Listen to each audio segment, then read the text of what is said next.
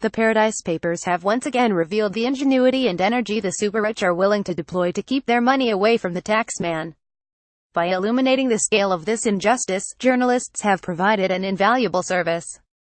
And yet the revelations do not seem to have generated the level of public outrage that might have been expected.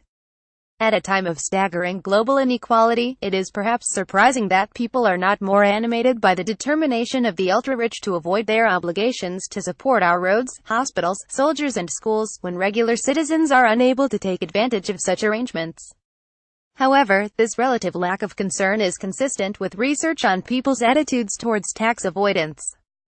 Last year's British Social Attitudes Survey asked Britons about their feelings on this issue.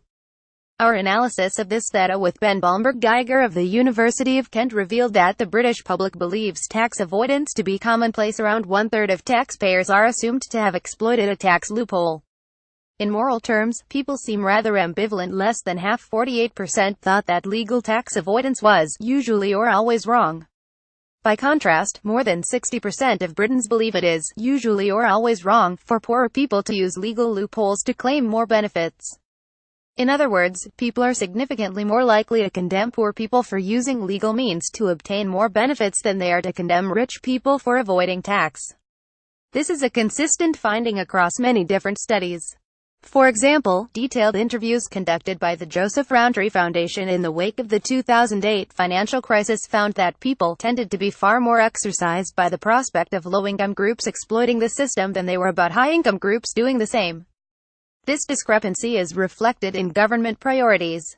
Deep public antipathy towards benefit scroungers has been the rock upon which successive Conservative-held parliaments have built the case for austerity.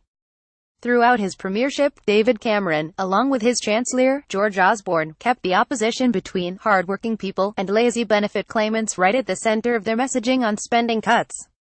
Though gestures have been made towards addressing widespread tax avoidance by the wealthy, very little has actually been achieved.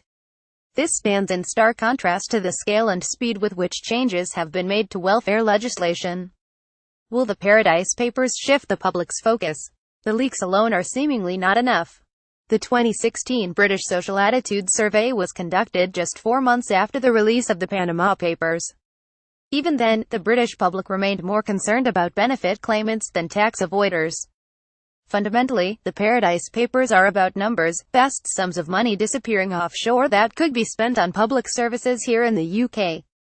However, as the former chair of the UK Statistics Authority, Andrew Dilno, has often pointed out, people are bad at dealing with numbers on this scale. Unless you are an economist or a statistician, numbers in the millions and billions are just not particularly meaningful. The key is to link these numbers to their consequences. The money we lose because people like Lewis Hamilton don't pay some VAT on their private jet means thousands more visits to food banks. The budget cuts leading to rising homelessness might not have been necessary if Apple had paid more tax.